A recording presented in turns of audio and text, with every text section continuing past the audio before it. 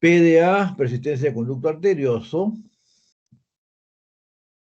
Lo último, drenaje anómalo pulmonar total o parcial de las venas pulmonares.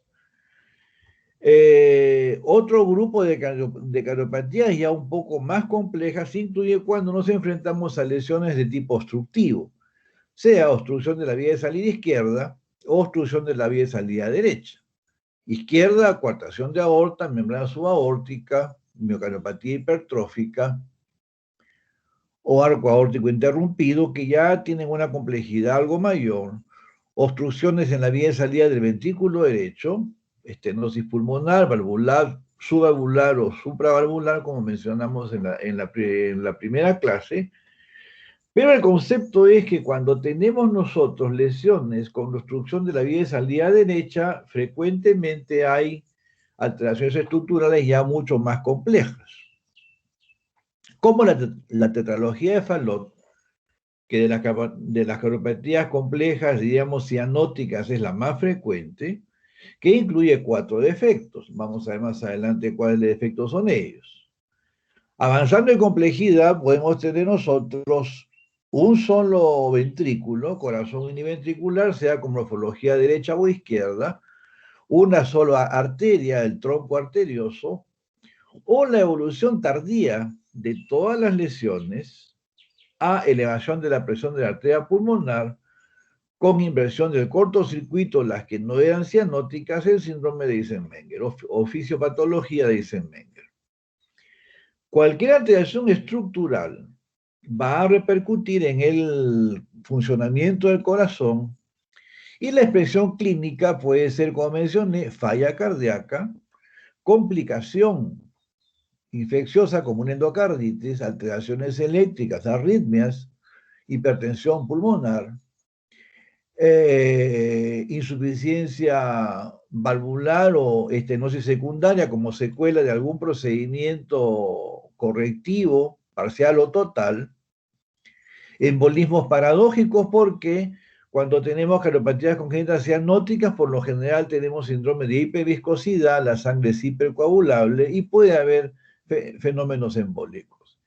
Y definitivamente cuando el portador de estas lesiones es una dama, cuando se asocia cardiopatia congénita con embarazo, es un escenario clínico de lo más complicado y desafiante para el médico que lo diagnostica y que lo maneja. Entonces, vean ustedes que el espectro de manifestaciones semiológicas es de más variado. Yo puedo ser un ginecobstetra, puedo ser un pediatra, un neonatólogo, pero voy a enfrentar cardiopatia congénita. Puedo estar trabajando en medicina general y un síndrome de fiebre de origen desconocido por endocarditis va a ser motivo de consulta. O bueno, de especialidad, pues falla cardíaca, arritmia, definitivamente es casi el día a día de nuestros pacientes. Otro concepto es que la enfermedad cardíaca congénita es una afección que va a acompañar al paciente durante toda la vida. O sea, es una enfermedad crónica.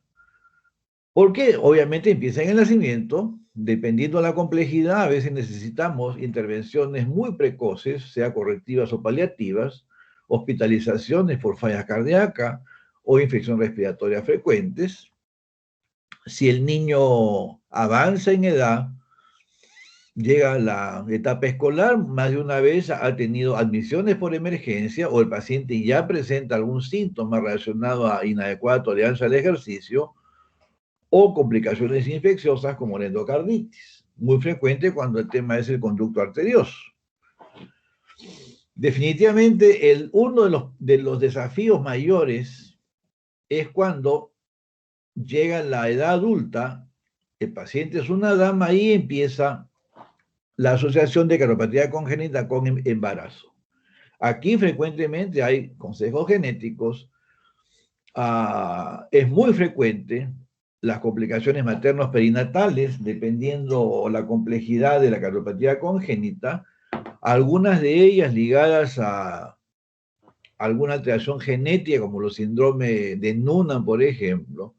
Hemos tenido hace poco una paciente en consulta virtual portadora del síndrome de Noonan, que entre otras lesiones produce obstrucción en la vía de salida del ventrículo derecho, tuvo un hijo y el hijo nació también con el síndrome de Noonan, que lamentablemente tuvo un desenlace fatal el muchacho en la edad universitaria. Entonces, cuando tenemos complicaciones materno-perinatales, tenemos que tener presente que más allá de que los números pueden significar impacto en índices socioeconómicos nacionales, tenemos dos vidas que corren peligro, tanto la mamá como el niño. Pasado esto, definitivamente en la edad adulta ya asistimos a otro tipo de complicaciones o de presentaciones clínicas como hipertensión arterial, ejemplo, la coartación de aorta, arritmias cuando estas son complejas y pueden devenir en muerte súbita, complicaciones coronarias, hay frecuentemente pacientes que tienen alteraciones anómalas del origen de las coronarias, otra forma de cardiopatía congénita, son pacientes que requieren tratamientos permanentes de por vida, algunos tienen riesgo de muerte súbita, y los fenómenos de hipercoagulabilidad y accidentes embólicos pueden dejarnos pacientes con discapacidad que van a alterar tanto la expectativa de vida como la calidad de vida.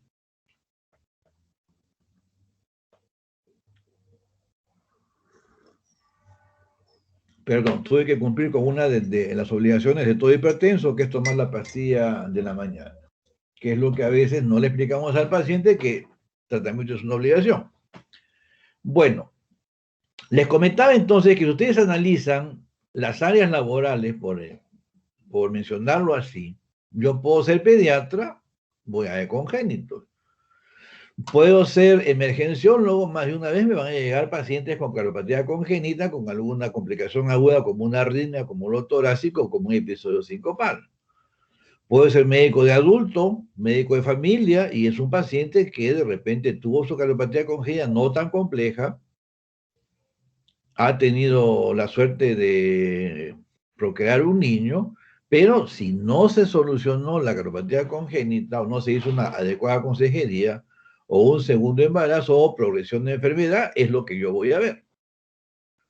O en el adulto, pues cuando ya tenemos complicaciones ya mucho más complejas como secuelas neurológicas, arritmias. Entonces, en nuestra práctica clínica, dependiendo del escenario que sea, vamos a ver nosotros cardiopatías congénitas en algún momento.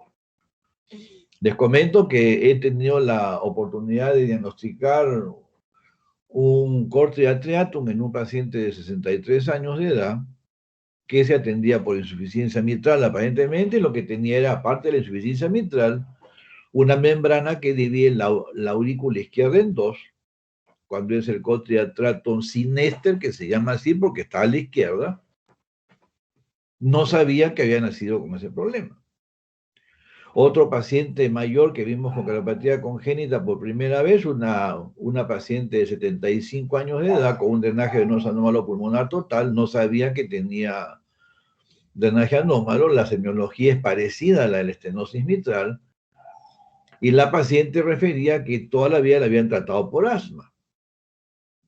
Entonces, vean ustedes que a veces las enfermedades pueden llegar a etapas muy avanzadas de la vida. Alguna vez hemos diagnosticado un paciente de 66 años, enfermedad de Epstein.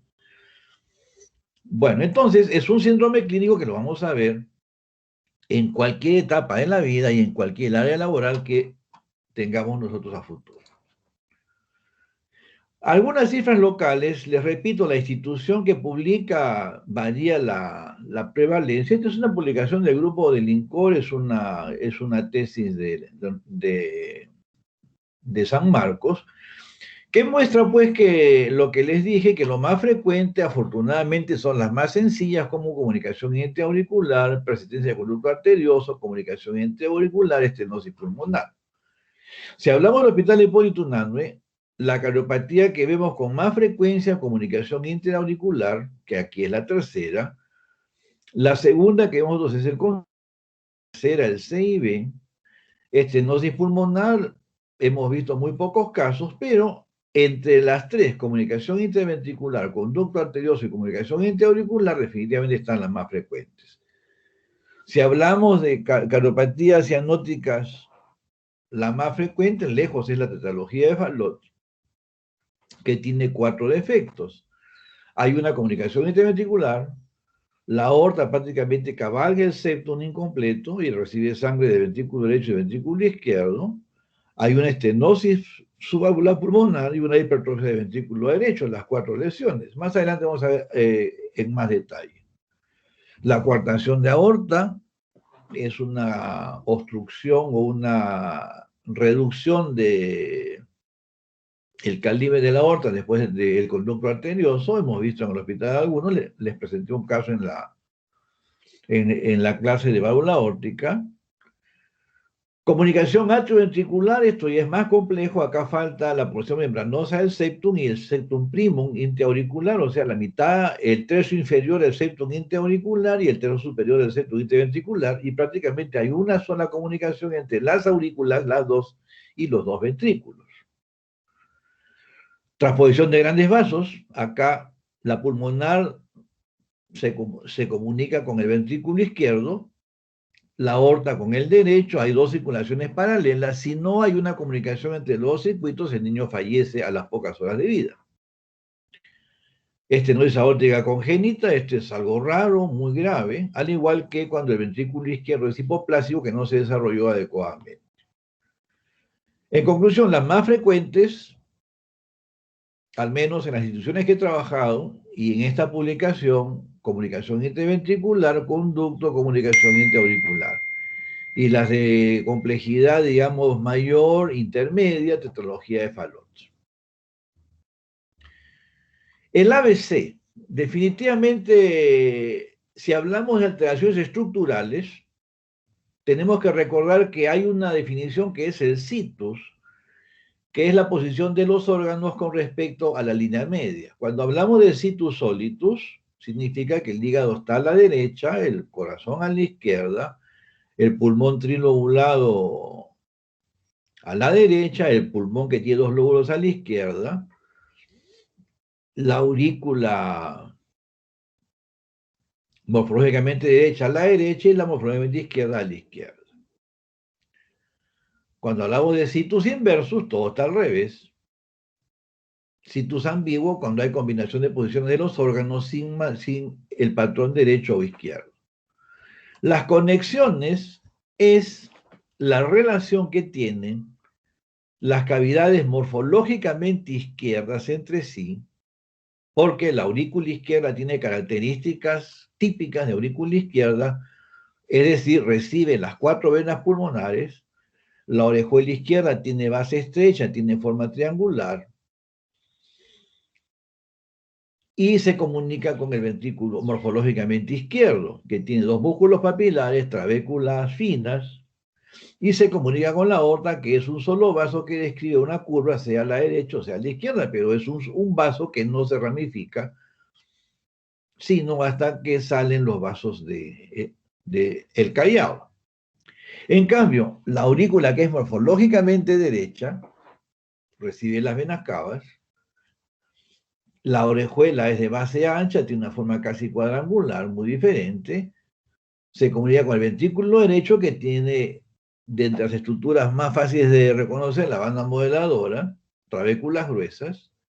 Se comunica con un vaso que es la arteria pulmonar, que se divide en 2 a poco de su origen, que va a llevar la sangre a los pulmones para que sea oxigenada.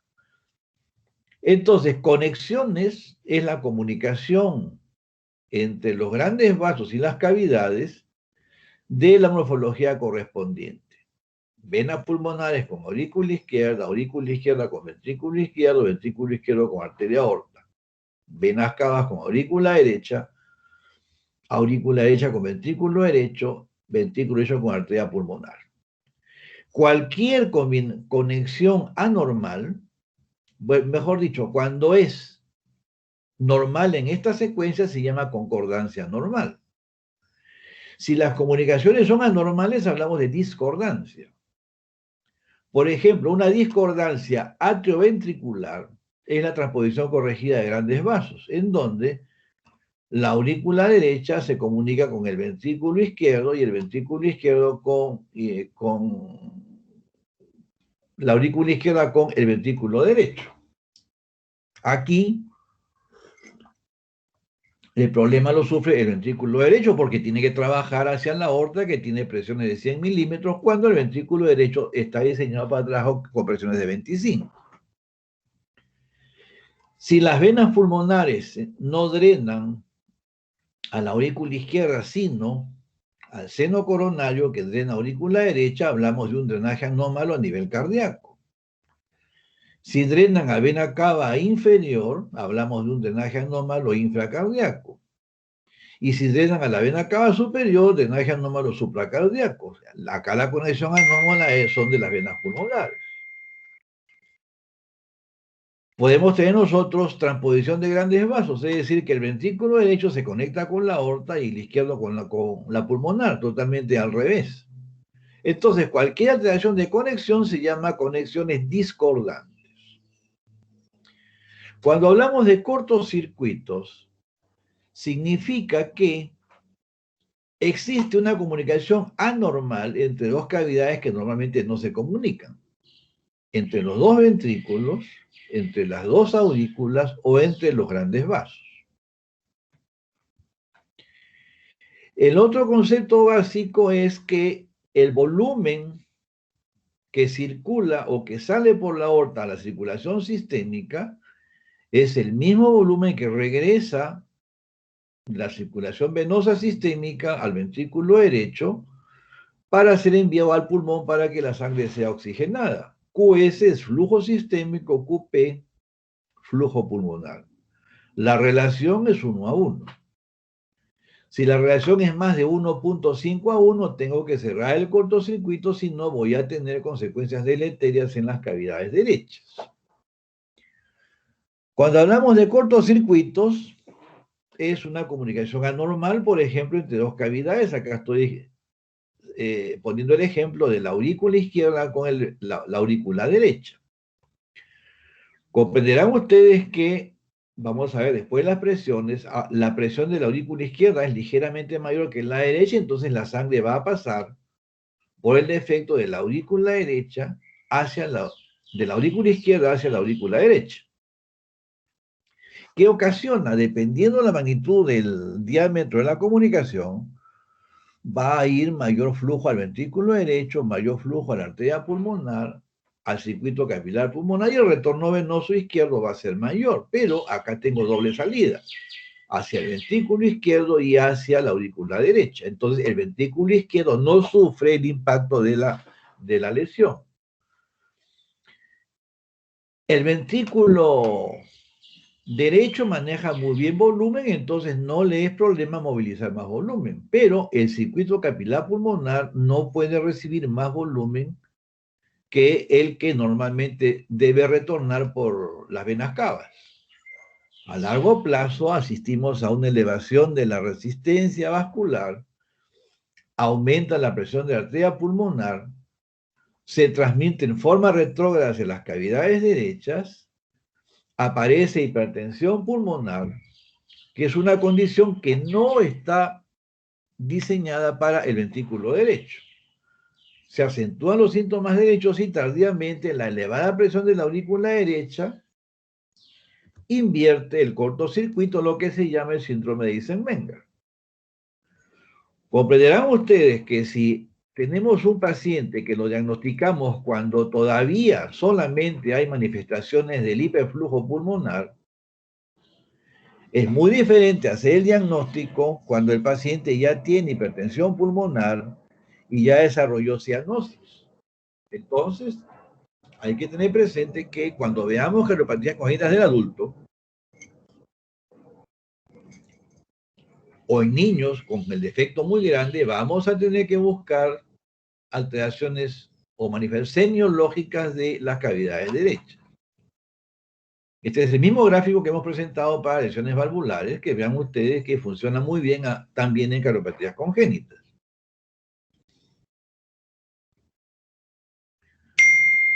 Otro punto básico cuando hablamos de cardiopatías congénitas es la hemodinamia, o sea, los valores de presiones y flujos en las cavidades del corazón. El estándar de oro es las cifras obtenidas por catéter, con ultrasonido cardíaco y recientemente con otras técnicas de imagen como resonancia se obtienen valores hemodinámicos. Lo que está validado y ampliamente usado es las de catéter, estándar de oro, y las de ecocardiografía, que han sido sometidas a valoración pues, por muchísimos estudios muy grandes. Un catéter de presiones nos da esta imagen en los monitores. Cuando el catéter está en la aurícula, la presión que tenemos es de esta morfología, algo parecido a lo que vemos en el ciclo cardíaco. Cuando pasa al ventrículo derecho en este caso, la curva cambia. Cuando el catéter avanza por arteria pulmonar, la presión varía. Y cuando se enclava, por lo general en arterias de tercer orden, la presión cae. Y esto es lo que se denomina presión capilar pulmonar, que es idéntica a la presión de la aurícula izquierda y a la presión de fin de diástole del ventrículo izquierdo. Entonces, cuando hablamos de capilar pulmonar, es una presión obtenida por catéter o por estimación por ecocardiografía de la presión de fin de diástole del ventrículo izquierdo, o la presión de la aurícula izquierda, o la presión del capilar pulmonar. Si ponemos números y comparamos cavidades derechas con cavidades izquierdas, vean ustedes que la aurícula derecha es de 0 a 5, la izquierda de 5 a 12, ventrículo derecho de 5 a 25, perdón, menos mal estoy aislado, no es COVID. Ventrículo izquierdo de 12 a 120 en promedio, arteria pulmonar 15 a 25, arteria aorta 70 a 120, capilar pulmonar de 8 a 12 milímetros. Comprenderán ustedes que si hay una comunicación entre las dos aurículas, la sangre va a pasar de la aurícula izquierda hacia la derecha. Si la comunicación es entre los dos ventrículos, 120 contra 25, la presión va a pasar del ventrículo izquierdo al derecho, pero con más presión. Entre los grandes vasos igual, de la aorta pasará hacia la arteria pulmonar.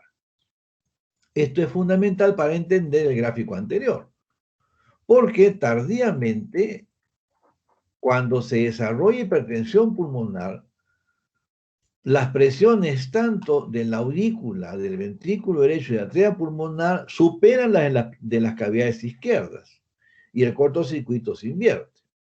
Y el paciente que no era cianótico se torna cianótico. ¿Por qué? Porque llega sangre no oxigenada al territorio sistémico. Seguimos avanzando. En cuanto a la etiología, definitivamente los factores genéticos son muy prevalentes. Hay anomalías cromosómicas como el síndrome de Turner, las trisomías, síndrome de Noonan, que puse el ejemplo, síndrome de Halloran, agresiones virales, lo más frecuente, rubiola, Coxsackie, algunos medicamentos como las sales de litio, anfetaminas, cocaína, alcohol, las denominadas sustancias recreativas, festivas, vean ustedes pues que son por demás peligrosas, anticonvulsivantes, estrógenos, agentes físicos como radiación. De allí que cuando ustedes hagan actividad presencial en los gabinetes de radiología, lo primero que van a ver en la puerta es un aviso que anuncia si el paciente es una dama, comunique si está gestando o no, si sospecha que está gestando, porque la radiación es letal para el feto, sobre todo en la primera semana de gestación. Entrando en detalle, dependiendo del tipo de alteración cromosómica, vean ustedes síndrome de Down, Halloran, Klinefelter, Noonan, Turner, síndrome de Williams, esto lo van a ver cuando hagan pediatría. Los defectos más prevalentes son los que están aquí. La gran mayoría son defectos de los tabiques, son comunicaciones anormales entre los grandes vasos. Algunos, como el síndrome de Williams, definitivamente cursa con lesiones un poquito complejas como estenosis aórtica supravalvular. El síndrome de Noonan, miocardiopatía hipertrófica, estenosis pulmonar, por lo general lesiones que tienen que ver con varios niveles de compromiso. Perdón. Entonces, si entramos ya en una clasificación anatómica, vamos a tener lesiones que son simples, por darles una denominación de complejidad, como pequeñas comunicaciones entre las aurículas o entre los ventrículos, o estenosis pulmonar leve, o lesiones de este tipo que han sido reparadas por completo, un conducto arterioso que fue cerrado por completo, una comunicación entre las aurículas que quedó con algún pequeño efecto residual, una comunicación interventricular que también se reparó, pero dejó alguna pequeña comunicación, diferente a cuando tengo ya lesiones de complejidad moderada, como conexiones venosas pulmonares anormales, sea total o parcial, alteraciones de origen anómalo de la arteria coronaria, canal atrioventricular completo, coartación de aorta, enfermedad de Epstein, comunicación interventricular ostum primum, que vamos a ver más adelante, o sea, defectos que ya no son tan sencillos de reparar ni tan benignos en cuanto a la repercusión funcional que estos tienen. Alguno de ellos es cianótico, como la tetralogía de Fallot. O tenemos lesiones ya de gran complejidad, como las cardiopatías congénitas cianóticas, a veces un ventrículo con doble salida, sea morfológicamente derecho o izquierdo, secuela de una reparación de Fontan, que es la anastomosis de las venas cavas hacia la arteria pulmonar, porque no hay ventrículo derecho, porque hay atresia tricuspidia, atresia mitral, un solo ventrículo, atresia pulmonar, el paciente nace sin arteria pulmonar, o transposición de grandes vasos, o tronco arterioso, una sola arteria que da el callado aórtico y las dos ramas pulmonares. Vean ustedes que son lesiones ya pues mucho más complejas, que a veces una reparación quirúrgica total no es posible. Obviamente, la expectativa de vida, la repercusión funcional va a ser muy diferente cuanto más complejas sean las lesiones. Si hablamos de un estado ya acercándonos a la semiología, dependiendo de la repercusión fisiológica o fisiopatológica que las lesiones tengan, podemos tener síntomas de clase 1, que es disnea a grandes esfuerzos, para tener de paciente asintomático, paciente que se corrigió la lesión y no quedó ninguna secuela ni funcional ni estructural, pacientes que no tienen arritmias y pacientes que tienen una capacidad de ejercicio normal. Y los órganos filtro, riñón, hígado y pulmón, completamente normales. Menciono los órganos filtro para que tengan el concepto de que en un paciente con patología cardíaca es muy importante, independientemente sea congénito, adquirido, tener presente que es una función anómala del riñón, del hígado o del pulmón, definitivamente hace mucho más complejo el manejo clínico y el pronóstico del paciente con patología cardíaca. Por eso, siempre cuando tengan un paciente con patología cardíaca, preocuparse por los 3 filtros. Funciona bien el riñón, funciona bien el hígado, funciona bien el pulmón, nos quedamos tranquilos. Un ejemplo sencillo. Cuando damos terapia farmacológica, el fármaco o lo elimina el hígado o lo elimina el riñón.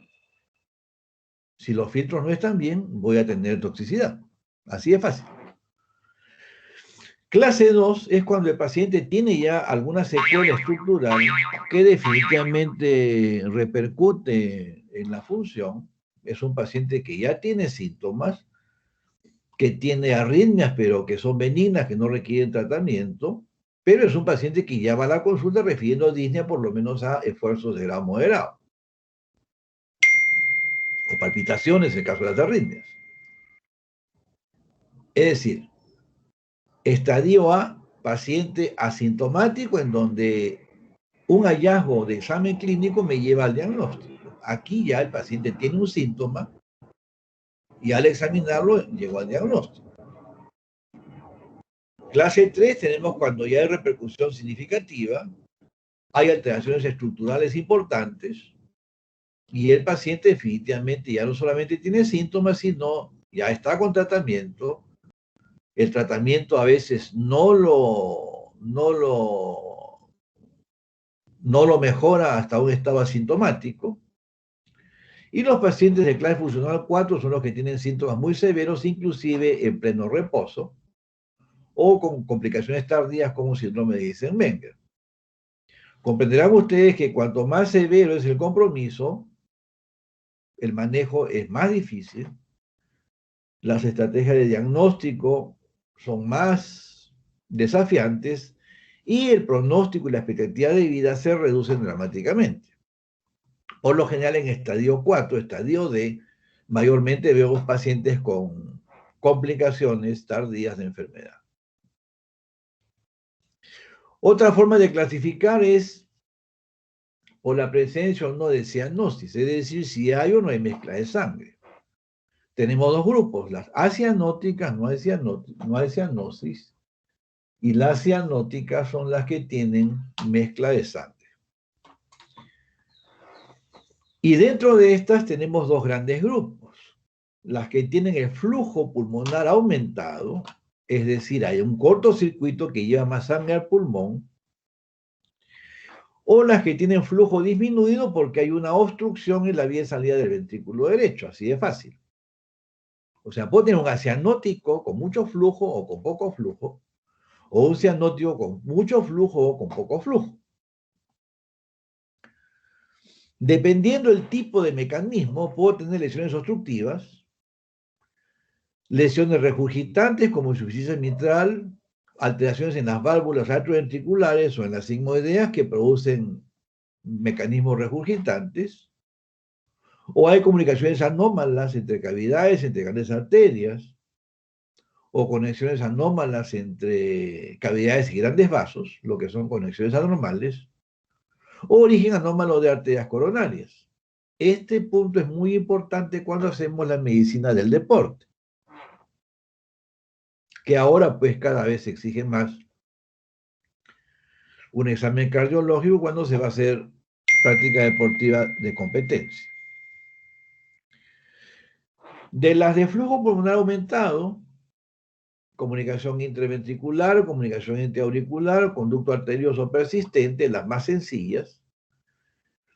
Defecto de los congénitos subendocárdicos, esto es el canal atrioventricular, que en buena cuenta es una comunicación intraauricular más una comunicación intraventricular muy amplia. La de flujo pulmonar disminuido, estenosis pulmonar, el ejemplo más característico, y relativa disminución de flujo pulmonar, la insuficiencia mitral. ¿Por qué? Porque el flujo que llega al pulmón por la arteria pulmonar, tengo que pensar de que lo que se regresó a la aurícula pues debió ir al pulmón, por eso relativamente está disminuido. La coartación de aorta que reduce la salida de sangre hacia el circuito sistémico definitivamente va a reducir el flujo que llega hacia el pulmón. Igual la estenosis aórtica. Pero si hablamos siendo, digamos, estrictos con la definición, la única sería una obstrucción en la vía de salida del ventrículo derecho, estenosis pulmonar, subvalvular o supravalvular o valvular. Y las otras son causas relativas de disminución de flujo pulmonar. Los valores hemodinámicos son importantes. Esto vamos a verlo más en detalle en el siguiente curso, pero el concepto es, si regresamos al gráfico inicial que tengo aquí, este gráfico, una complicación tardía de toda patología original del corazón izquierdo o con cortocircuito es elevación de la presión de la arteria pulmonar. Y esta condición definitivamente marca pronóstico.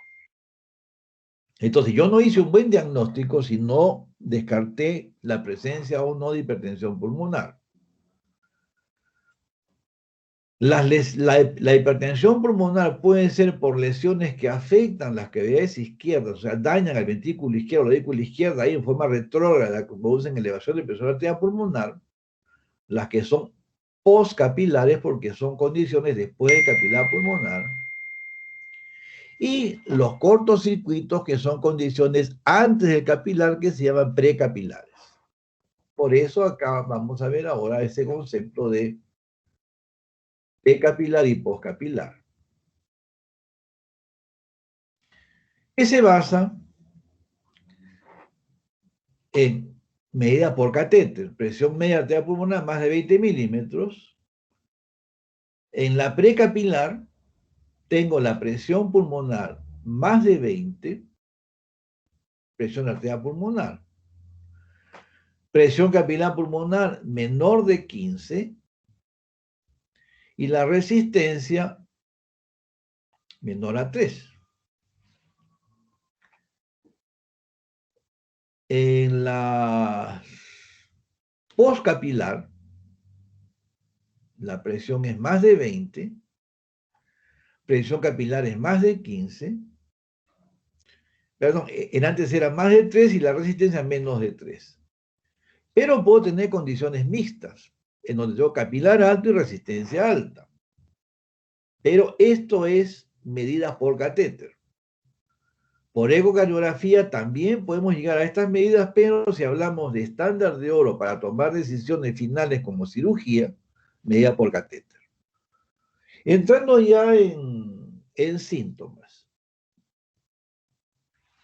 Si la cardiopatía congénita es una lesión que se origina durante la gestación, comprenderán ustedes de que si hay síntomas, los síntomas obviamente van a empezar en la infancia. Y el síntoma principal, retardo de crecimiento. ¿Por qué? Porque si el corazón no es eficiente, lo primero que ocurre es que el gasto cardíaco está reducido. Entonces, si todos los tejidos reciben poca combustible, el desarrollo ponderal del niño va a estar disminuido. Entonces, en estos casos es fundamental determinar si el desarrollo ponderal del niño es normal o no es normal, que es la primera pregunta semiológica que tenemos que hacer cuando hacemos la historia. Lo van a ver mucho mejor en pediatría, pero a veces, desde que la familia se entera que algún miembro de la familia entró a estudiar medicina, automáticamente ya es el médico de la familia y todo le pregunta.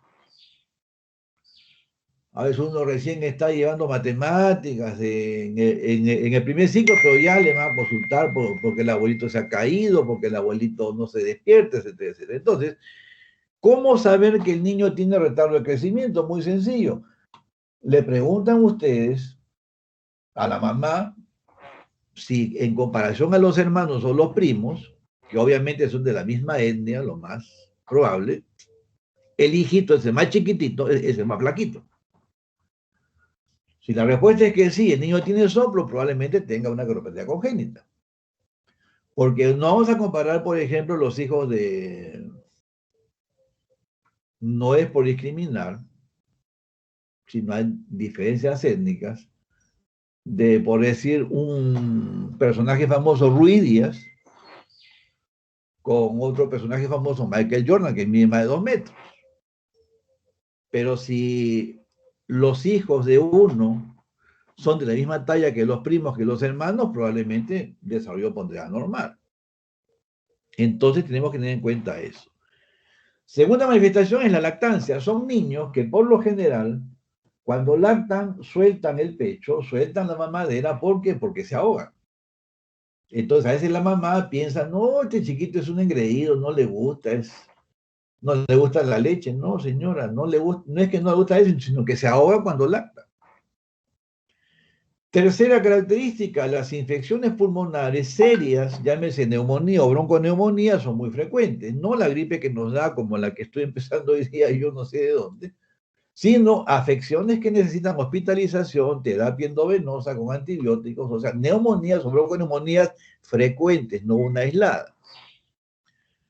Cuarta característica, es un niño llorón, o sea, le gusta, o el niño cuando lo echan a la cama o a la cuna, Y empieza a llorar. Y la mamá piensa, no, es un descreído, le gusta el brazo. No, señora, llora porque hace ortornea. Y el niño no puede decir, mamá, me ahogo, siéntame, o todavía no se puede sentar solo. Entonces, mucho cuidado, niño llorón con soplo, sí o sí buscar cardiopatia congénita. Las manifestaciones vegetativas como sudoración son muy frecuentes. Niño con mucha ropa, poca ropa, siempre está sudoroso. Otra manifestación que hace sospechar cardiopatia congénita. Y finalmente, si el niño es cianótico, lo más probable es que tenga pues una cardiopatía compleja, ¿no? Entonces, vean ustedes de que algunos síntomas o algunas preguntas sencillas como, señora, comparado con los primitos, ¿es el más chiquitito, más flaquito, sí o trocito? Ah, ya. ¿Tiene soplo? Probablemente sea congénito. Y en la edad adulta, que es lo que vamos a ver mayormente, los que no vayan a ser pediatras, aunque una de las especialidades de mucha demanda es pediatría, porque la tasa de natalidad es altísima en nuestro medio, definitivamente manifestaciones en el adulto de insuficiencia cardíaca derecha o insuficiencia cardíaca izquierda. Semiológicamente siempre tenemos que buscar manifestaciones clínicas de ambas cavidades. Porque si no busco semiología derecha, se me va el diagnóstico de que el paciente puede estar ya desarrollando hipertensión pulmonar. Ese sonido es que ya me están llamando del ministerio para la actividad remota. Continuamos. Entonces, no se olviden, en el adulto, insuficiencia cardíaca derecha o izquierda, y olvidé consignar aquí arritmias y dolor torácico, que son los síndromes clínicos que vamos a ver con más frecuencia en el adulto. La semiología en imagen, definitivamente algo que tenemos nosotros es que si yo tengo un niño cianótico, no tengo duda que puede tener una cardiopatía congénita. Si es un niño que requiere oxígeno, que tiene dificultad respiratoria, una de las condiciones a sospechar es cardiopatía congénita. Puede ser que el niño sea de lo más asintomático, pero tiene un soplo. Puede ser que tenga pues buen peso, se le ve tranquilito, pero tiene un soplo. O de repente un niño que está de lo más tranquilo y de vez en cuando se pone en cuclillas y después sigue jugando. Usualmente los niños con Fallot los descubrimos porque hacen esta posición en cuclillas que mejora el retorno venoso derecho.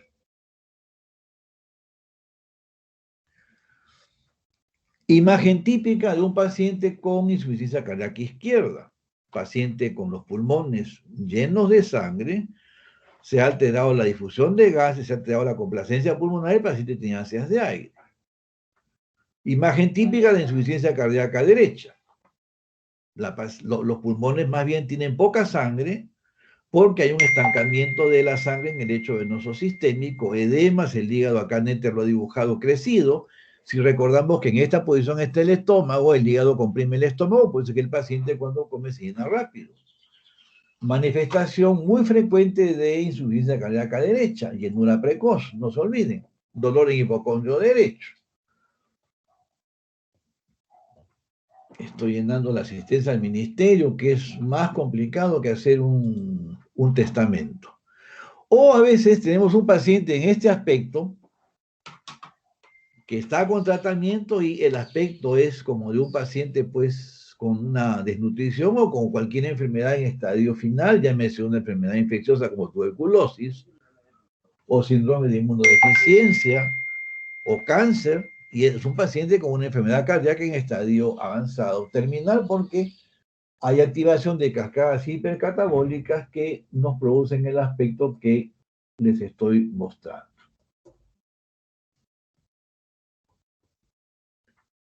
Un momentito que tengo que...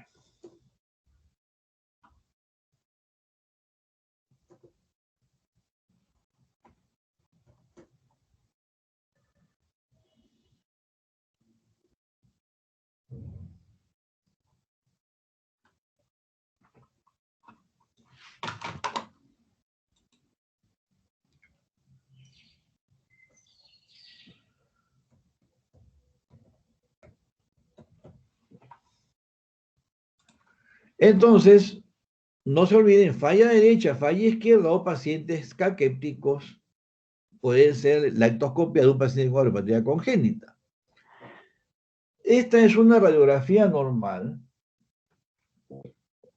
Todavía no sé si ya ustedes han hecho la clase de radiodiagnóstico, pero estamos en semiología cardiovascular y si hablamos nosotros con palabras semiológicas, conceptos semiológicos, ¿qué me aporta una radiografía? En palabras sencillas, tres cosas. Si algo pasa en el corazón, la sombra cardíaca no es normal. Concepto obvio. Si el corazón tiene alguna alteración funcional, la consecuencia la voy a ver en los pulmones, o sea, tengo que ver la sombra cardíaca y ver los pulmones.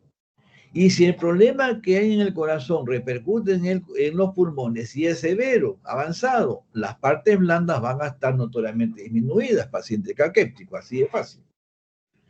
Cualquier alteración en las características de la silueta cardíaca asociado a alteraciones en la morfología o características de la circulación pulmonar me da la orientación diagnóstica, por supuesto, a los datos de examen clínico, a los datos que obtuve con la anamnesis. Por ejemplo, yo puedo tener que el corazón está al revés, una dextrocardia. Aquí tengo un situs inversus, porque este es la sombra del ángulo izquierdo del colon que está a la izquierda, en este caso está a la derecha. La cúpula diafragmática radiopaca que corresponde a la zona del hígado, que debe estar a la derecha, en este caso está a la izquierda. La sombra cardíaca está a la izquierda, acá está a la derecha, acá está a la izquierda. La circulación pulmonar es igual, en este caso lo único que todo está al revés. Si vemos las partes blandas, están de características normales. Diferente es si yo tengo ahora esta radiografía. Vean ustedes que, si bien es cierto la silueta es chica, hay situs inversos, igual el colon está acá a la izquierda, a la derecha, perdón. Vean ustedes que acá yo veo las ramas, acá no las veo. Acá veo las ramas, acá no hay ramas. Y acá se ve poquísima sangre, o casi no hay sangre. Y vean ustedes que la columna incluso se ve menos nítida que en estas dos radiografías. O sea, esta placa tiene una penetración normal y no muestra flujo. Y si vemos lo poco que se ve de las partes blandas, comparado con este caso, que vean ustedes, son mucho más prominentes, igual aquí. Este es un paciente con una coronopatía congénita cianótica compleja, es un canal atrioventricular común, más una estenosis pulmonar severa, una coronopatía congénita compleja. Solamente he visto la radiografía y yo ya estoy pensando, pues, bueno, yo he hecho el estudio a los 3 pacientes, obviamente lo sé, pero ustedes que recién empiezan, si yo les digo que cuando vean una radiografía de tórax con ojo de semiólogo cardiovascular, la sombra, el pulmón y las partes blandas. O mucho ojo con las 3 áreas a observar. Alteración de la sombra. Esta sombra es de crecimiento ventricular derecho. Esta sombra es de crecimiento biventricular. Totalmente diferentes. Vean ustedes los pulmones totalmente diferentes en estos 3 casos que son patológicos. Entonces, definitivamente, radiografía, no se olviden, la sombra, los pulmones y las partes blancas. En práctica ya vamos a darle algunos algunos trucos que ya le he dado a mi grupo de práctica, cómo reconocer si un corazón es de tamaño normal o no, con algo tan sencillo como doblar una hoja en dos. Seguimos adelante.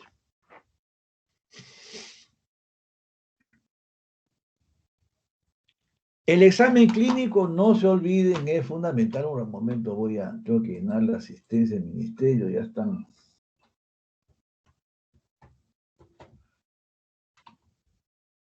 Muy bien.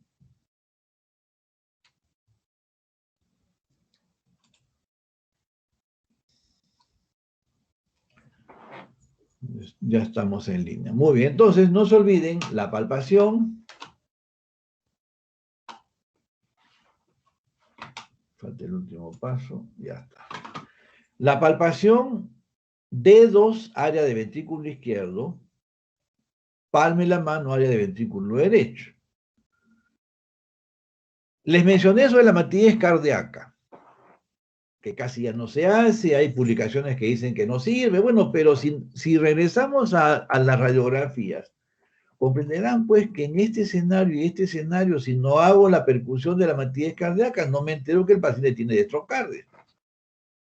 Y voy a estar buscando ruidos cardíacos poco audibles, de baja intensidad, no se perciben cuando el corazón está al otro lado. Entonces, la secuencia del examen, no se olviden, empieza con la inspección, la palpación, la percusión y finalmente la ocultación. Si yo no determiné que el paciente tiene una destrocardia, los focos pues están totalmente al revés.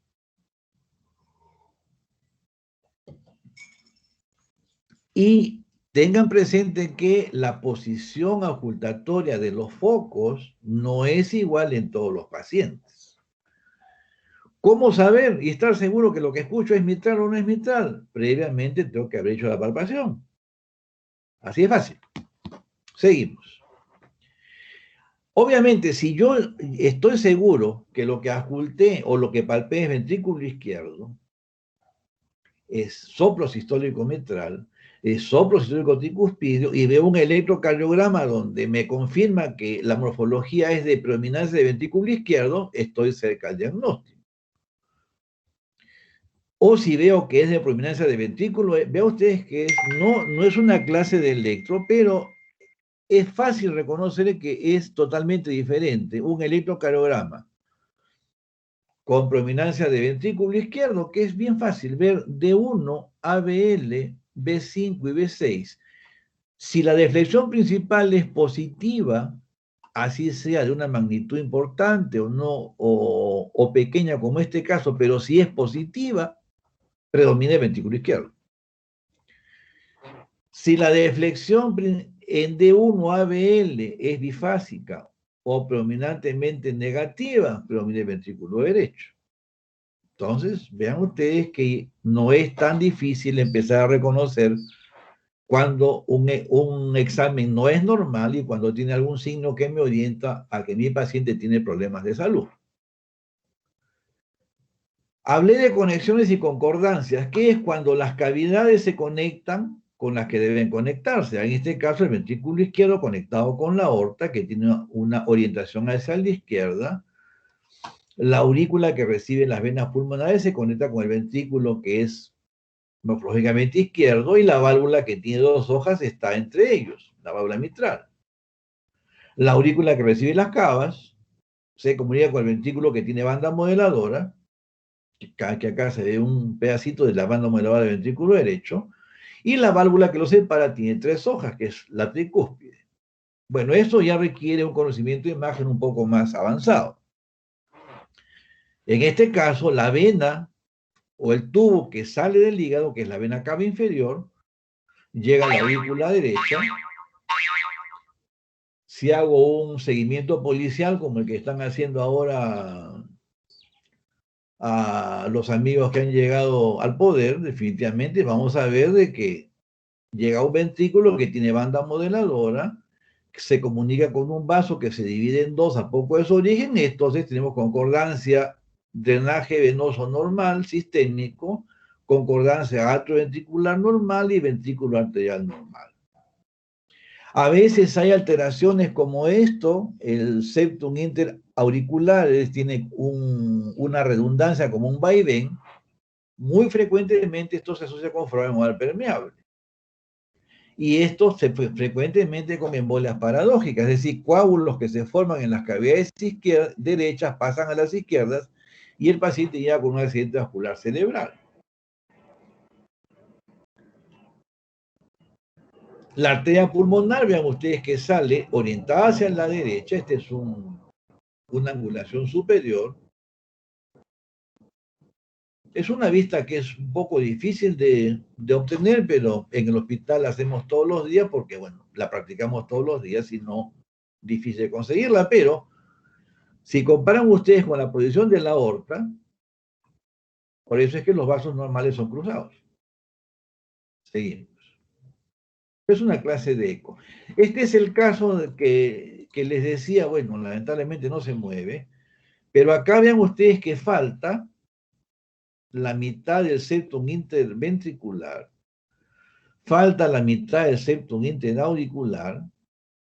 Este es un canal atrioventricular común, que es una cardiopatia congénita, pues compleja, porque comprenderán ustedes que acá la sangre no oxigenada del ventrículo derecho se mezcla con la oxigenada del ventrículo izquierdo, con la oxigenada del ventrículo izquierdo, y salen por la aorta. Y el paciente obviamente está cianótico. Este paciente tenía además una hipoplasia de arteria pulmonar severa, por eso es que los pulmones no tenían sangre. La radiografía que les mostré con dextrocardia, aquí el transductor lo he puesto al revés. O hay obstrucciones, severa obstrucción de la vía de salida del ventrículo derecho, este es el caso de un síndrome de Noonan que alguna vez vimos, arteria pulmonar, arteria aorta, perdón, arteria pulmonar, lo que debe ser un tubo, se ve acá que se estrecha severamente, severa estenosis subvalvular pulmonar. Con el color debe verse el flujo de sangre monocromático, si es policromático es porque definitivamente hay obstrucciones.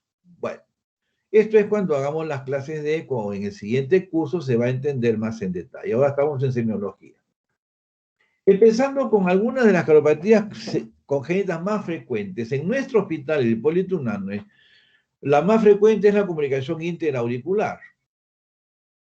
Aproximadamente 7% de los nacimientos y es casi un 40% de las cardiopatías congénitas que encontramos en el adulto. Como les digo, depende de quién publica.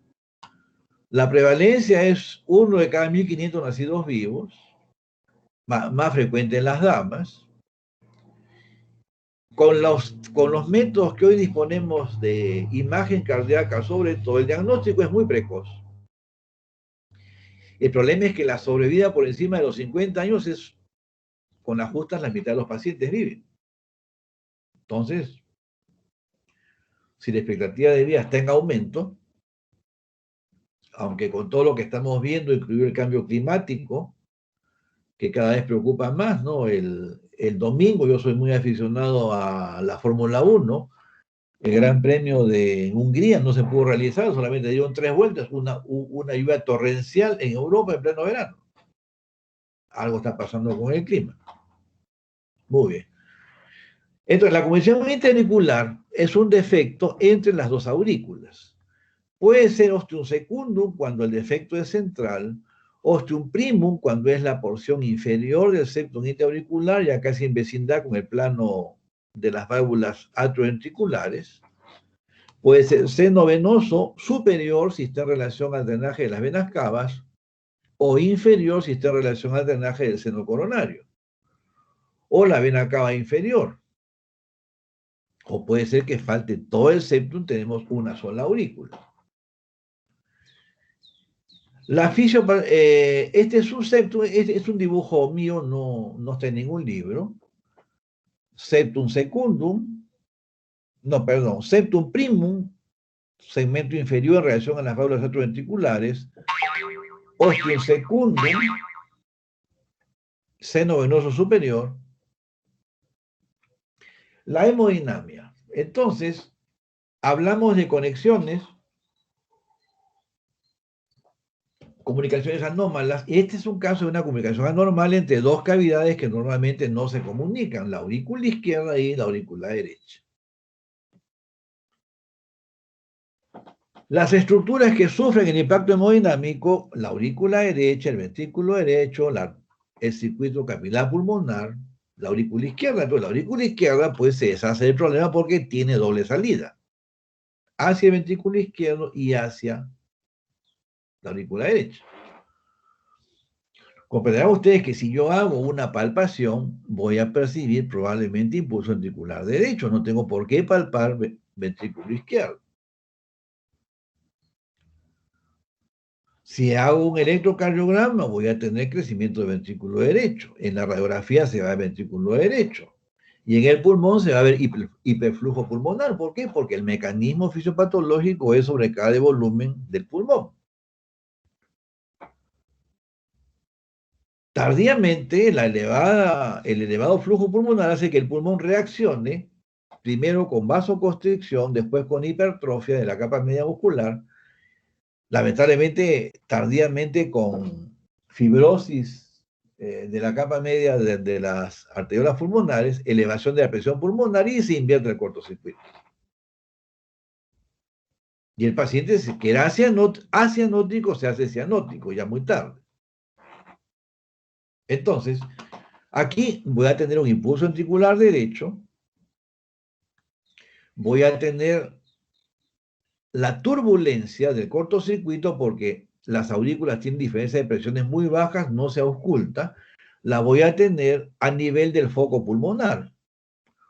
Un clic de eyección pulmonar si ya subió la presión de la arteria pulmonar, un soplo sistólico eyectivo en área pulmonar, con un desdoblamiento fijo del segundo ruido. Es la ocultación característica de la comunicación interauricular.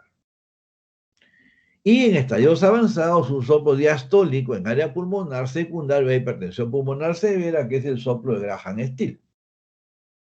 Entonces, no se olviden, impulso derecho y la auscultación en el foco pulmonar. Definitivamente, mucho cuidado con el hipocondrio derecho, porque en el hipocondrio derecho va a haber dolor, va a haber reflujo hepatoyugular y posiblemente hepatomegalia si ya la situación está avanzada en la evolución natural. Entonces, al final, el paciente va a ser insuficiencia cardíaca predominantemente derecha.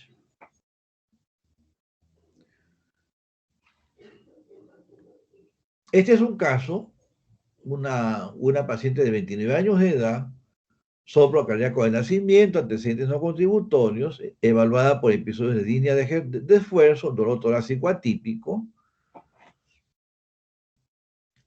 Tenía los pulmones semiológicamente normales, funciones vitales sin alteraciones, choque de punta en el quinto espacio, pero con impulso ventricular derecho.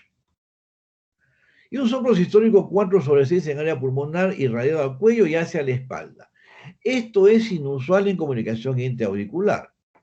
Y la razón era que la paciente tenía comunicación intraauricular más estenosis valvular pulmonar. El electro era pues predominantemente derecho. No es todavía clase de electro, pero obviamente tengo que tener crecimiento ventrículo derecho. En este caso, un bloqueo completo de rama derecha también se encontró. La evolución tardía la vemos en lo que se llama repolarización. No sé si ya hicieron la clase de nociones básicas de electrocardiografía.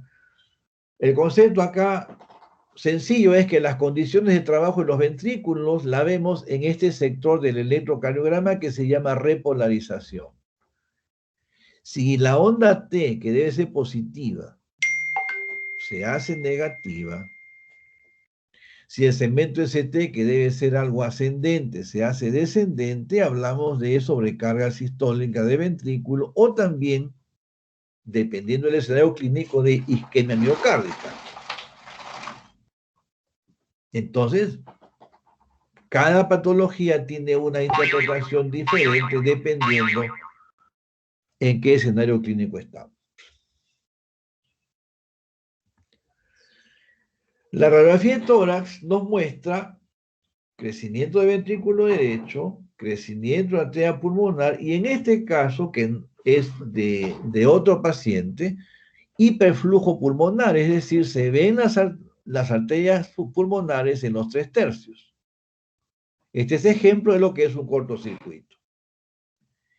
Si yo no soluciono a tiempo el cortocircuito, a largo plazo va a aparecer hipertensión pulmonar que se manifiesta por lo que ven acá, un mayor crecimiento de la arteria pulmonar, dilatación de las ramas pulmonares que acaban prácticamente como un dedo de guante, mayor crecimiento del ventrículo derecho y el pulmón prácticamente sin sangre. Comparen ustedes hiperflujo pulmonar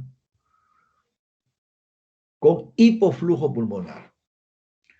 La paciente tenía hipoflujo, la radiografía era como esta, pero en el caso de la paciente que estoy presentando había una estenosis valvular pulmonar que protegió el circuito pulmonar, el cortocircuito.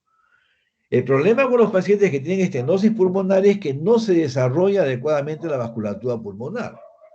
Y cuando se soluciona la estenosis pulmonar, a veces tenemos problemas de que el ventrículo derecho no tiene lecho para enviar la sangre a los pulmones. Pero el concepto que quiero que capten es que tardíamente el estado estructural de los pulmones cambia de hiperflujo a hipoflujo, y cuando yo tengo casos como este, lamentablemente ya es muy tarde para cerrar el cortocircuito. A veces cerrar el cortocircuito es peor que no cerrarlo.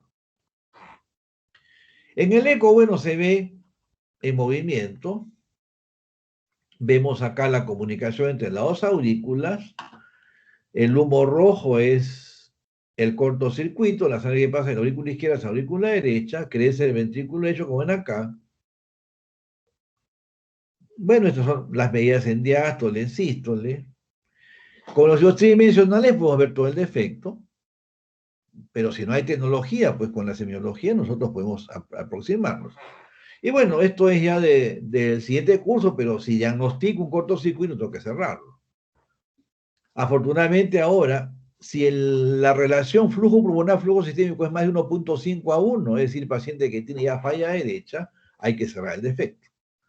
Que ahora puede ser percutáneo con estos dispositivos que se llaman Amplatzer. Uno de las marcas de dispositivos es el Amplatzer. La comunicación interventricular. Aquí la alteración estructural es en el septum interventricular, que es la pared que separa los dos ventrículos. La prevalencia es algo menor que la CIA, es casi 20% de los defectos congénitos diagnosticados. Algunos cierran espontáneamente cuando están ubicados a nivel muscular, porque cuando se desarrolla el corazón, se desarrolla el espesor septal, a veces los defectos pequeños se pueden cerrar. En cambio, a nivel membranoso, que son los más frecuentes en la porción membranosa del septum, eso no cierra. Podemos tener defectos asociados a las vías de salida que pueden dañar las válvulas y generar insuficiencia aórtica a largo plazo. O a nivel posterior, que están en relación a las válvulas atrioventriculares. Una de las condiciones que debemos tener presentes es que los cortocircuitos predisponen a endocarditis. Y todo paciente que tenga cortocircuito, si va a ser sometido a algún procedimiento que movilice tejido contaminado, llámese una endodoncia, una cirugía de vías biliares, una apendicitis o de tracto respiratorio, tenemos que hacer profilaxis para endocarditis. A largo plazo hay riesgo de aparición de síndrome de Eisenmenger. Estos son los defectos musculares. Estos son los membranosos de entrada, llamados así porque están en relación a las válvulas atrioventriculares. Tricúspide, aquí he dibujado la banda modeladora y acá una vena pulmonar para diferenciar cavidades izquierdas y cavidades derechas. A nivel subvalvular, o estos son los de salida, a veces la válvula, en este caso la no coronariana de la válvula aórtica, tiende a cerrar el defecto y A largo plazo aparece insuficiencia aórtica. Estos son los de salida, pero hacia el tracto de salida derecho, llamados subpulmonares, a veces doble comunicante porque está en relación al velo derecho de la arteria aorta y al velo medio de la válvula pulmonar. La presentación clínica depende de la magnitud del cortocircuito. Tenemos defectos grandes cuando el cortocircuito es mayor de 2, intermedios entre 1.5 y 2 y pequeños cuando es menos de 1.5 a 1. La comparación se hace en base al anillo aórtico, ¿no? Si es menor de la mitad del anillo aórtico, hablamos de efectos pequeños. La mitad del anillo aórtico, los medianos, y los más grandes que el anillo aórtico son defectos grandes. Semiológico o fisiopatológicamente, ¿cuál es el problema aquí? Comunicación entre los ventrículos. Comprenderán ustedes que si la presión en el ventrículo izquierdo es de 100 milímetros y en el derecho de 25, obviamente el cortocircuito es izquierda a derecha. El gran inconveniente es que el ventrículo derecho recibe sangre no solamente en volumen aumentado, sino en presión aumentada, condición para la que no está diseñado. Y el daño del ventrículo derecho es diferente que cuando el defecto es pretricuspidio, porque si el cortocircuito es de la aurícula izquierda hacia la aurícula derecha, lo que le llega es volumen y el volumen lo maneja muy bien el ventrículo derecho. Pero si el problema es ventrículo a ventrículo, el ventrículo derecho recibe presión y volumen, no está capacitado para recibir presión. Entonces el daño del ventrículo derecho es mayor que en la comunicación intraauricular. La consecuencia funcional es la misma, sobrecarga de volumen o hiperflujo pulmonar, y el ventrículo izquierdo también se daña porque el ventrículo izquierdo maneja muy bien presión, pero no maneja volumen. Y el mecanismo del cortocircuito le genera sobrecarga de volumen. Entonces voy a tener yo, en este caso, ya repercusión también en el ventrículo izquierdo. A diferencia de la comunicación intraauricular, que no había, o sí había, era por la compresión del ventrículo derecho hacia el izquierdo por la dilatación del mismo. Probablemente en práctica les van a explicar un poco más en detalle qué cosa es acentuación de interdependencia, pero en palabras sencillas vamos a retroceder. Cuando hablamos de acentuación de interdependencia, significa que la forma o geometría de una cavidad altera la forma o geometría de la otra. Si el ventrículo izquierdo se dilata y se hace esférico, la cavidad del ventrículo izquierdo se va a ver reducida porque el ventrículo derecho prácticamente va a comprimir el izquierdo. Comprenderán ustedes de que si la aurícula tiene que llenar el ventrículo izquierdo y este tiene una deformación que reduce su cavidad, la aurícula izquierda va a tener problemas. Eso puede ocurrir en una CIA, en estadios tardíos. Pero en una comunicación interventricular, como el ventrículo derecho recibe presión y volumen, el izquierdo va a recibir volumen incrementado y también se va a dilatar. Es diferente el compromiso. Tardíamente, el hiperflujo pulmonar eleva la presión arterial pulmonar, compromiso de ventrículo derecho por sobrecarga de presión, que es mucho más precoz, y al final, compromiso semiológico de cavidades derechas. O sea, hipertensión venosa sistémica, llenura precoz, dolor en hipocondrio derecho, mala digestión, edemas, hepatomegalia, reflujo gastroyugular, toda la semiología de cavidades derechas que hemos venido repitiendo desde la primera clase. Yo mencionarles de que ayer terminó el Congreso Europeo de Cardiología, que empezó el día 29, y ha habido en la sesión de enfermedades valvulares, y el año pasado en la de cardiopatía congénita del adulto, mucha inquietud con el daño de las cavidades derechas cuando la enfermedad es izquierda. Cosa que Antes no se encontraban muchas referencias en la literatura porque son condiciones que no se ven o no se veían en Europa, en Estados Unidos. Probablemente los movimientos migratorios que hay, donde llega gente pues de Medio Oriente, de África, de Centroamérica, en donde las enfermedades pues se diagnostican muy tarde, hace de que cada vez se vea más. Pero en nuestro hospital, el Hipólito Unanue, que veíamos los pacientes en estadio final de enfermedad prácticamente, era lo que veíamos todos los días. Y cuando discutíamos los casos en junta médica y buscamos información, había muy poca en la literatura, pero cada vez hay más información de lo que ya habíamos visto nosotros en el hospital, que el impacto pronóstico de cuando hay compromiso de ventrículo derecho es pues lamentablemente significativo en sobrevida y en calidad de vida. Por eso es que les insisto que tienen que buscar siempre semiología derecha en todo paciente con patología cardíaca. Tardíamente, pues, se invierte en el cortocircuito, el paciente se hace cianótico porque va a llegar sangre no oxigenada al ventrículo izquierdo y va a salir por la arteria aorta a todo el organismo. En el examen clínico hay que insistir en la palpación, la percusión, pero la auscultación, en este caso, el hallazgo principal es un soplo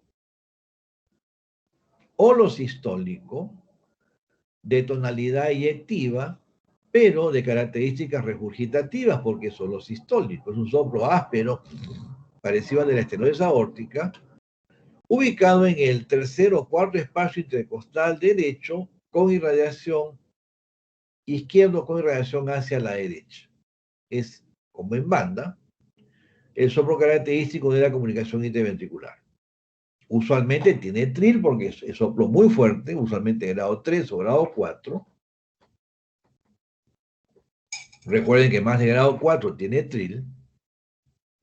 Importante escuchar siempre el área pulmonar en búsqueda de soplo diastólico o reforzamiento del segundo ruido o clic de eyección y obviamente por el cortocircuito soplo sistólico eyectivo. Pero si hay soplo diastólico en área pulmonar, estamos ante una hipertensión pulmonar que ya es de grado severo, lamentablemente.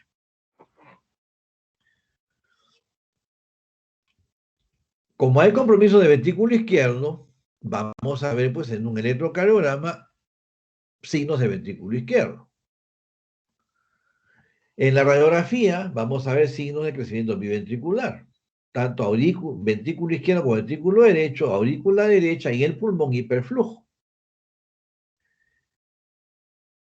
Si lamentablemente diagnostiqué tarde, este es un paciente que está en anasarca, por eso se ven las partes blandas como las ven aquí. Si ustedes llegan tarde al diagnóstico, vamos a tener hipoflujo pulmonar. Las ramas pulmonares muy prominentes, pero que acaban como unos dedos de guante. La arteria pulmonar más grande, pero en el pulmón muy poco flujo. Vean ustedes, este es hiperflujo, tercio superior, tercio medio, tercio inferior, se ven los vasos pulmonares. Es muy diferente esta imagen que hipertensión venocapilar pulmonar, que vamos a ver cuando o en práctica cuando hablemos de insuficiencia ventricular izquierda. Entonces, hiperflujo pulmonar todavía es reversible el daño. Hipoflujo pulmonar, lamentablemente, y vean ustedes las partes blandas, casi no se ven ya, estadio avanzado de enfermedad. La idea es, pues, no tener pacientes en este estadio de enfermedad porque acá ya no podemos hacer prácticamente nada. Es un ejemplo, un CIB, lamentablemente no se mueve. Sí, no.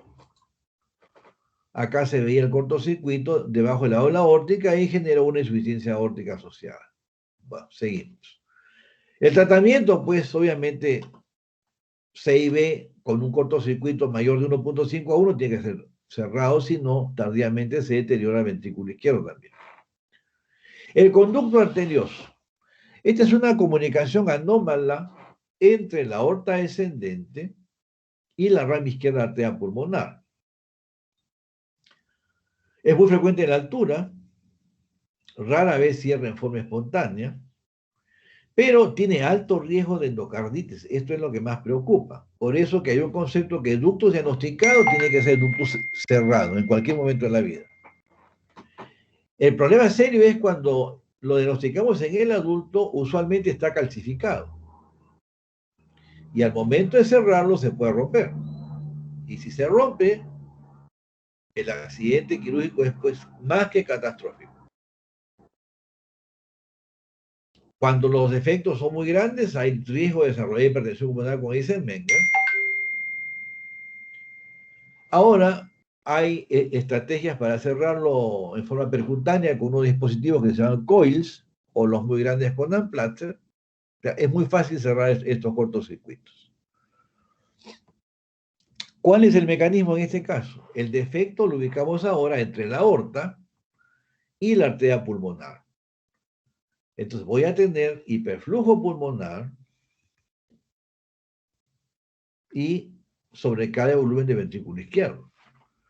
Comprenderán pues que el ventrículo izquierdo no está diseñado para manejar volumen y va a tener problemas desde el inicio. Por eso es que cuando más tarde se diagnostique, más tarde vamos a encontrar mayor daño del ventrículo izquierdo.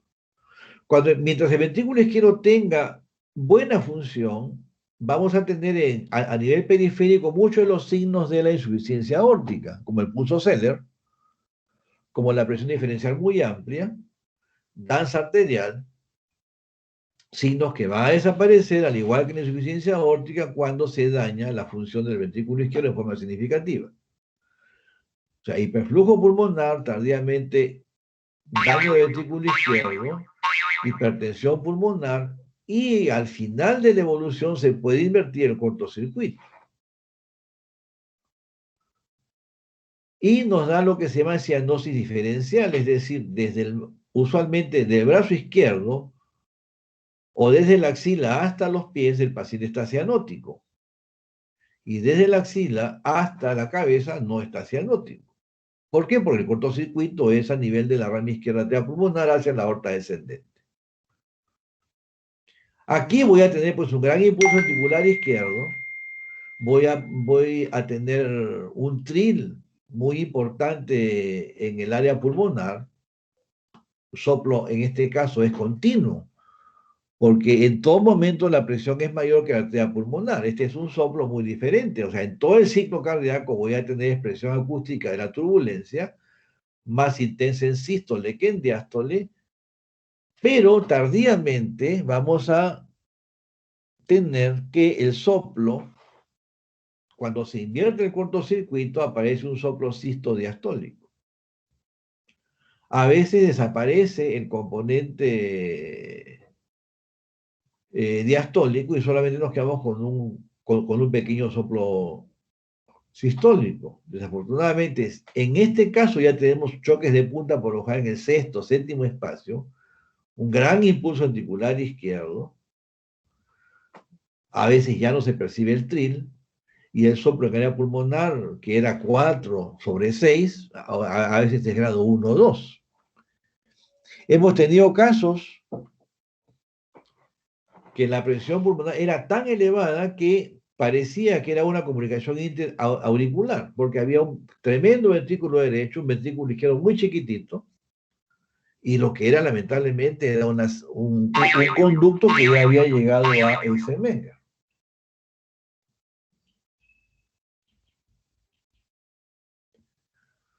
En el electrocardiograma, obviamente solamente ventrículo izquierdo, porque recuerden ustedes este gráfico, ¿no? O sea, en este gráfico ustedes pueden deducir si el cortocircuito es a la arteria pulmonar y viene en este sentido, en estados iniciales solamente voy a ver expresión de ventrículo izquierdo crecido, o sea, en el examen clínico, en la radiografía, en el electrocardiograma, no tengo por qué ver ventrículo derecho, a menos que ya tenga hipertensión pulmonar, en donde ya también la ocultación probablemente cambió. Voy a tener crecimiento de la aurícula izquierda en el electro, igual en la radiografía. Entonces, este gráfico, que tampoco está en los libros porque es un invento mío, les puede ser muy útil para determinar qué hallazgos van a tener tanto en examen físico como en procedimientos diagnósticos y obviamente qué van a pedir ustedes. Porque si no tienen una idea fisiopatológica del mecanismo de la enfermedad, no van a poder interpretar adecuadamente los exámenes diagnósticos. Y este gráfico es fundamental en ese sentido. Seguimos. Bueno, acá definitivamente ventrículo izquierdo,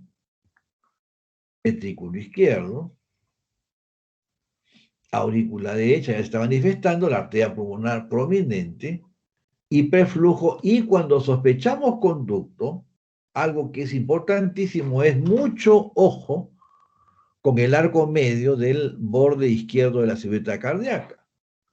Porque si determinamos presencia de imágenes de calcificación, ese conducto ya se calcificó. Y a ese paciente sí o sí tengo que hacer una tomografía cardíaca y cuantificar la magnitud del calcio antes de enviarlo a sala de operaciones o antes de enviarlo a sala de hemodinámica para un cierre con dispositivo, porque ese ducto calcificado se rompe con mucha facilidad cuando se manipula. Entonces, con una placa simple, yo puedo determinar hasta la posibilidad de complicaciones en los procedimientos mayores. Pero tengo que tener el concepto de que el ductus en el adulto, y hablamos de pacientes de más de 20 años, se puede calcificar. Y mucho cuidado cuando está calcificado.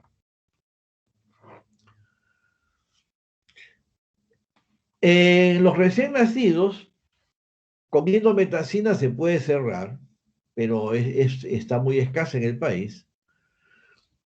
Puede ser cierre quirúrgico o puede ser con dispositivos. La idea es ductos diagnosticados, ductos que tienen que cerrarse sí o sí.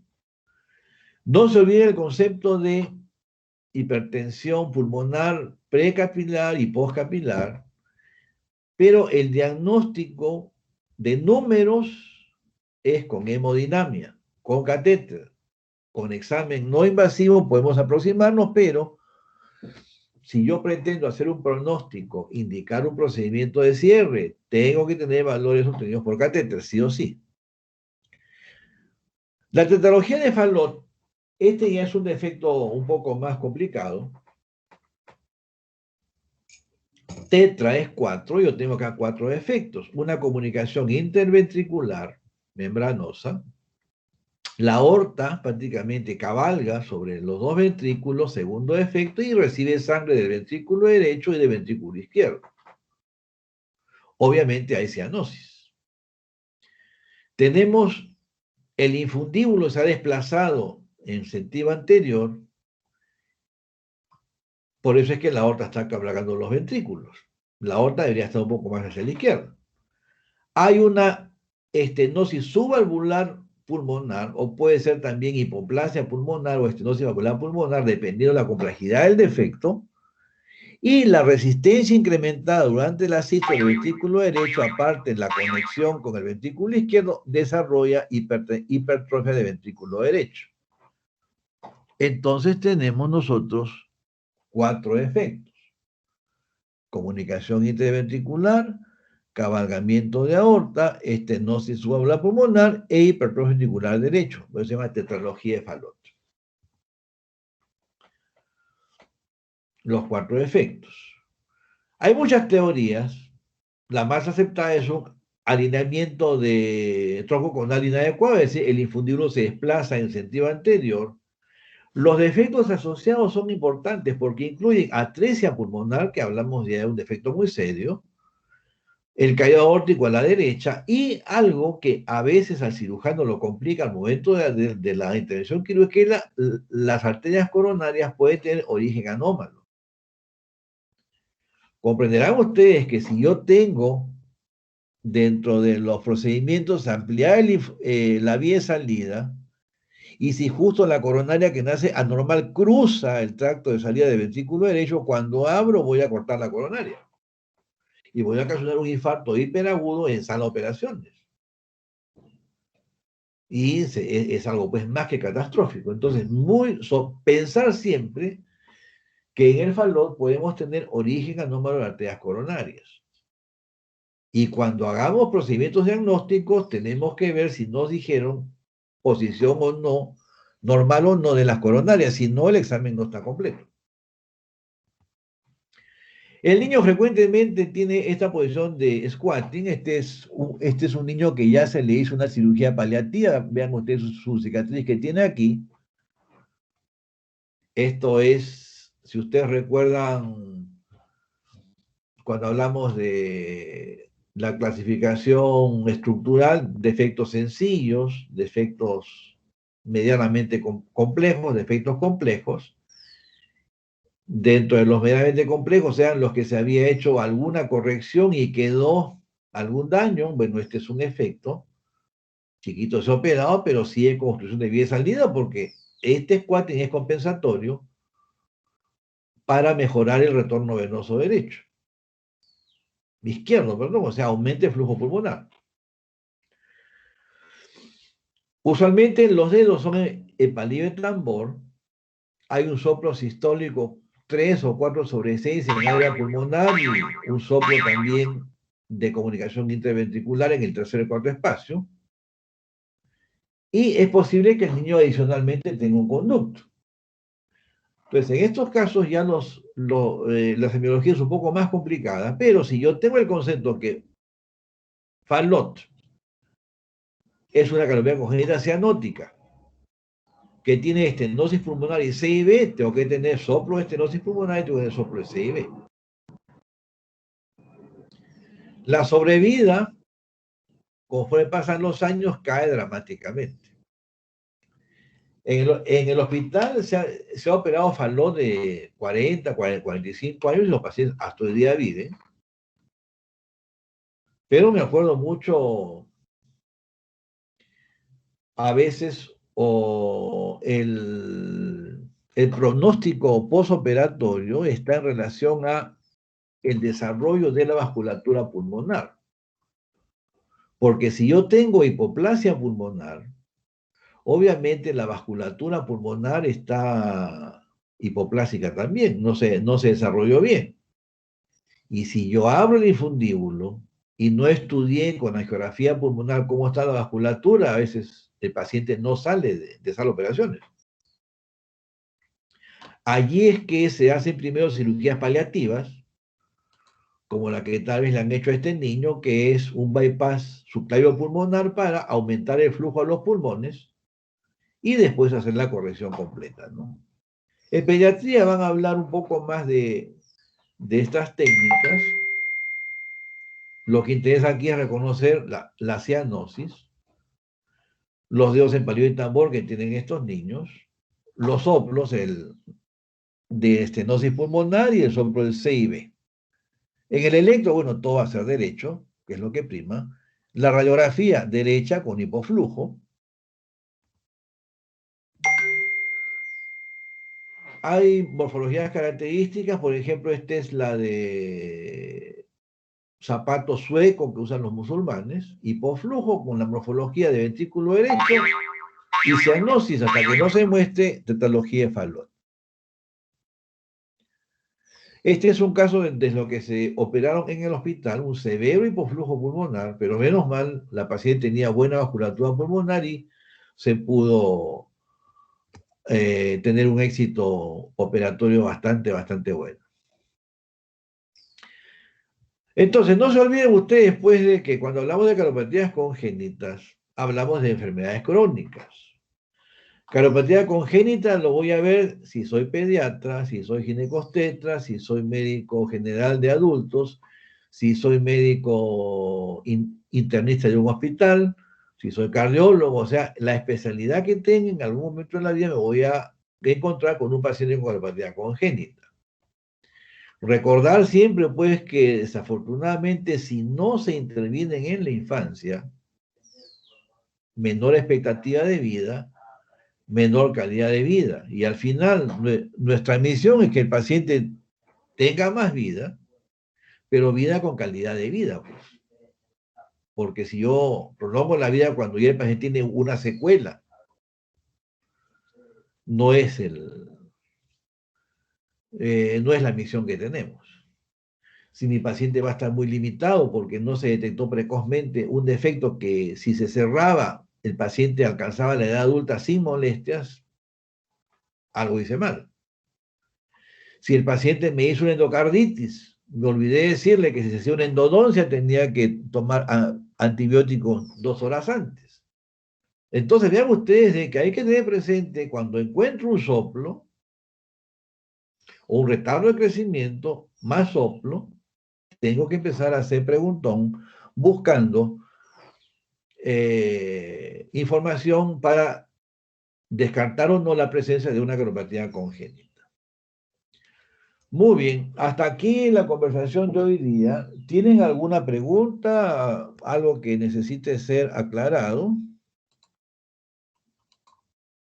Es un tema bastante complicado, desafiante, pero que hemos tratado de hacerlo lo más sencillo posible, sobre todo el rol que tenemos nosotros como médicos generales, que es el primer escalón que van a transitar ustedes dentro de la profesión médica, o como especialistas, los que decidan hacer especialidad, la que decidan hacer, pediatría, ginecobstetricia, medicina interna, cardiología, van a tener en algún momento algún paciente con aeropatía congénita.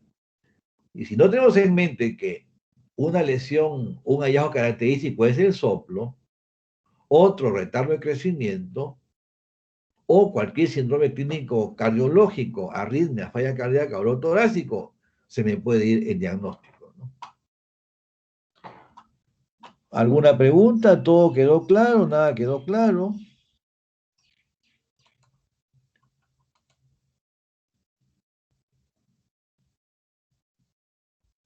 ¿Me escuchan?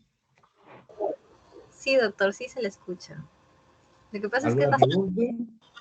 es bastante. Muy interesante, por cierto. Mis compañeros no sé si tienen alguna pregunta.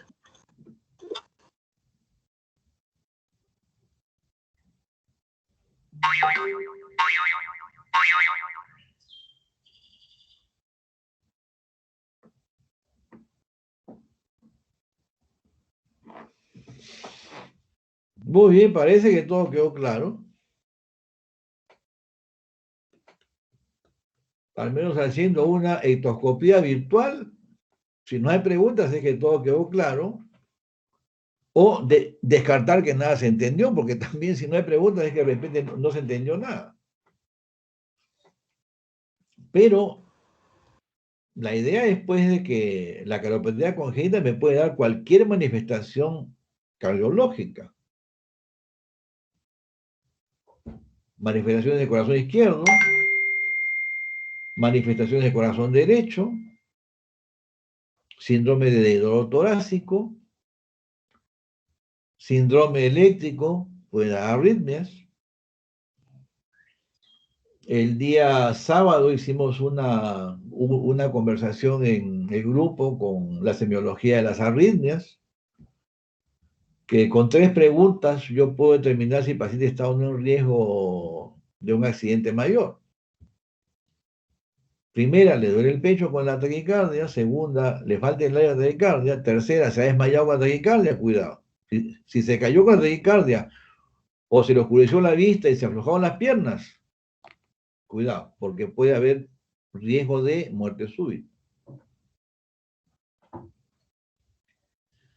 Si el paciente con la arritmia sintomático tiene alguna alteración estructural como congénito, una miocardiopatía hipertrófica, riesgo de muerte súbita si ha habido estado presincopal. Si el congénito es un origen anómalo de coronarias, el síndrome es dolor torácico, y si para coincidencia compleja una arritmia, riesgo también de muerte súbita. Entonces vean ustedes que tengo que tener en mente siempre, cuando hablamos de semiología cardiovascular, lo que se llaman accidentes mayores. Y accidente mayor o es un infarto, o es un accidente neurológico, o es una muerte súbita de causa cardíaca.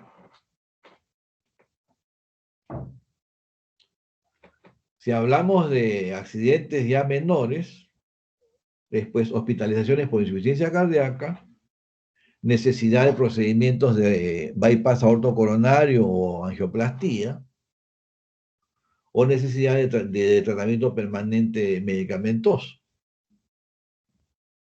Es muy diferente que yo le diga al paciente, señor, usted va a tener que tomar su pastilla en forma permanente, a que tenga que decirle, señor, va a ir usted a un foniatra porque ha quedado con una fascia de expresión para siempre, o va a tener que ir usted para que le enseñen a escribir con la mano izquierda porque no era zurdo y tiene una hemiplegia derecha, o voy a tener que decirle de que su capacidad funcional quedó pues severamente dañada luego de un infarto porque perdió más de la mitad de la masa del ventrículo izquierdo. Por eso es que dentro de nuestra especialidad tenemos que pensar mal de cualquier signo. En toda área médica, ¿no? Porque si hacen oncología, por ejemplo, y hablamos de oncología o síndromes oncológicos y corazón, puede haber arritmia también puede haber falla cardíaca. Si hay tiempo en este curso, vamos a conversar sobre semiología cardiológica y oncología, que es pues un tema interesantísimo, y van a ver que es exactamente lo mismo que puede tener un congénito del adulto. Insuficiencia cardíaca izquierda, insuficiencia cardíaca derecha, dolor torácico, arritmia, síncope, pero por un mecanismo muy diferente a una cardiopatia congénita. La semiología, por eso es muy importante. De un signo tengo que armar todo un camino que me lleve a un diagnóstico. Conforme voy encontrando un signo, otro signo, un síntoma, voy a ir armando el camino que al final es el diagnóstico y la solución al problema de salud del paciente.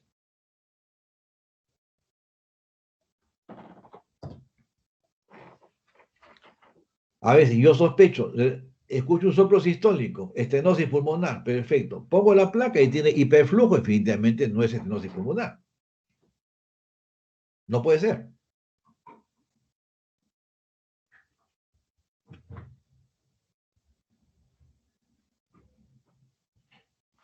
¿Alguna pregunta? Doctor, cuando usted hablaba del ductus arterioso, mencionó la indometacina. ¿Siempre funciona con indometacina? ¿Cómo? Cuando usted hablaba del ductus arterioso, mencionó de la indometacina. Sí. ¿Siempre se cierra con la indometacina o No, no? es una estrategia que permite intentar cerrarlo en recién nacidos. Porque la indometacina pues es un antiprostaglandínico, ¿no? Y las prostaglandinas tienen acción vasodilatadora. Si yo las bloqueo, genero vasoconstricción.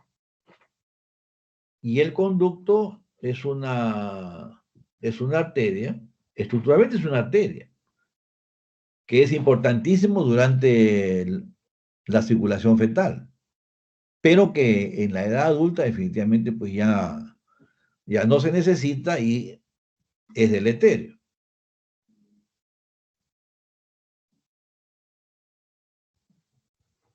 Pero, Gracias. pero si no se dispone o no se sospecha, porque a veces comprenderán ustedes que escuchar un soplo continuo en un adulto con la frecuencia cardíaca en 60 por minuto es muy sencillo.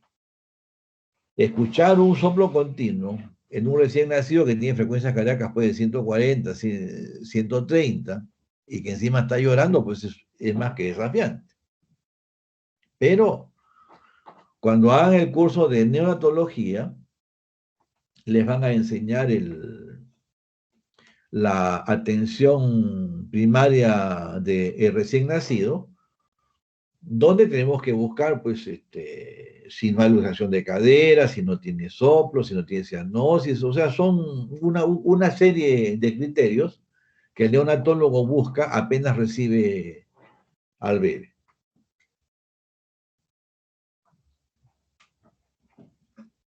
Y luego tenemos lo que se llama el control del niño sano, que antes de que la gestante salga de alta con, con su bebito, el neonatólogo tiene que hacer un diagnóstico, un examen clínico completo y entregarle a la mamá la cartilla para el control del niño sano. Ahí tenemos los perímetros, el peso en que nació, la edad gestacional a la que nació, toda la información de recién nacido, que esa cartilla se va a llenar conforme la mamá acuda a los controles de niño sano. Comprenderán pues que si estamos pues en zonas de poco desarrollo, o a veces los partos son domiciliarios, son atendidos por personal que no tiene formación académica, llámese obstetra, enfermería, medicina, que cuanto más compleja es la información que tenemos, vamos a encontrar los problemas con más precocidad. Vemos todavía, lamentablemente, pues, pacientes que vienen con cardiopatías congénitas en edad adulta.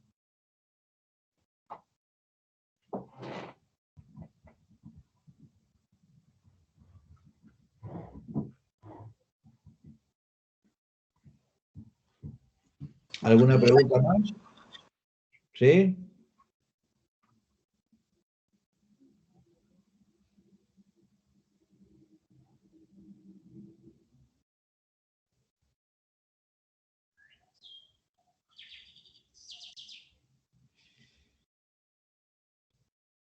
Parece que no hay preguntas, doctor.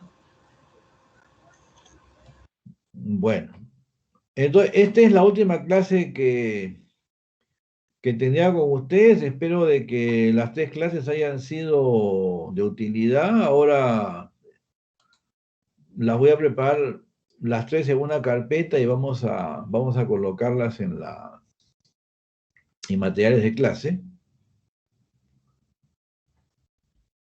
Y bueno,